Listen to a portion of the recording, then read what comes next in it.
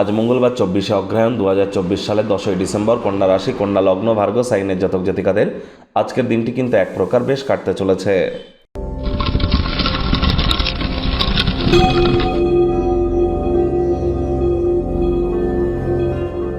আজ মঙ্গলবার, আর বর্তমানে মঙ্গল কিন্তু নিচস্থ হয়ে আছে এবং মঙ্গল বক্রী হয়েছে।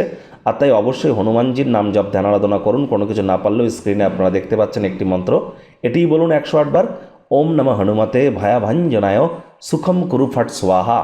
আজ রেড কালারের ড্রেস পরিধান করুন, নিরামিষ খাদ্য খাবার খান, অন্তত মদ মাংস খাওয়া থেকে বিরত থাকুন। আজ পারলে আপনারা অবশ্যই মুসুর ডাল হতদরিদ্র গরিবদের মধ্যে কিন্তু ডোনেট করতে পারেন, এটি আপনাদেরকে বহুলাংশে উপকৃত করবে।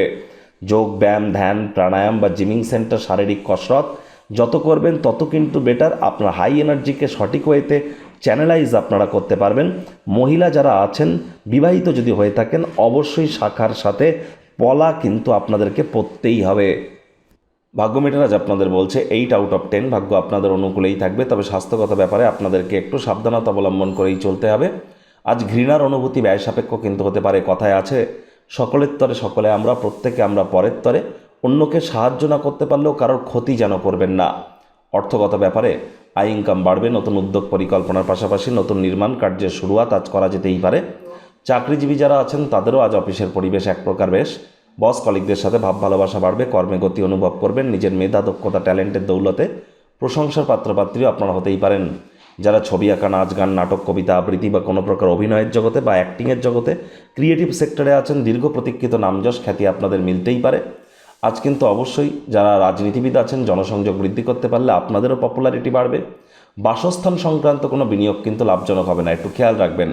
সাম্প্রতিককালে আপনার ব্যক্তিগত জীবন প্রধান মনোযোগের কেন্দ্রবিন্দু হয়ে দাঁড়িয়েছে।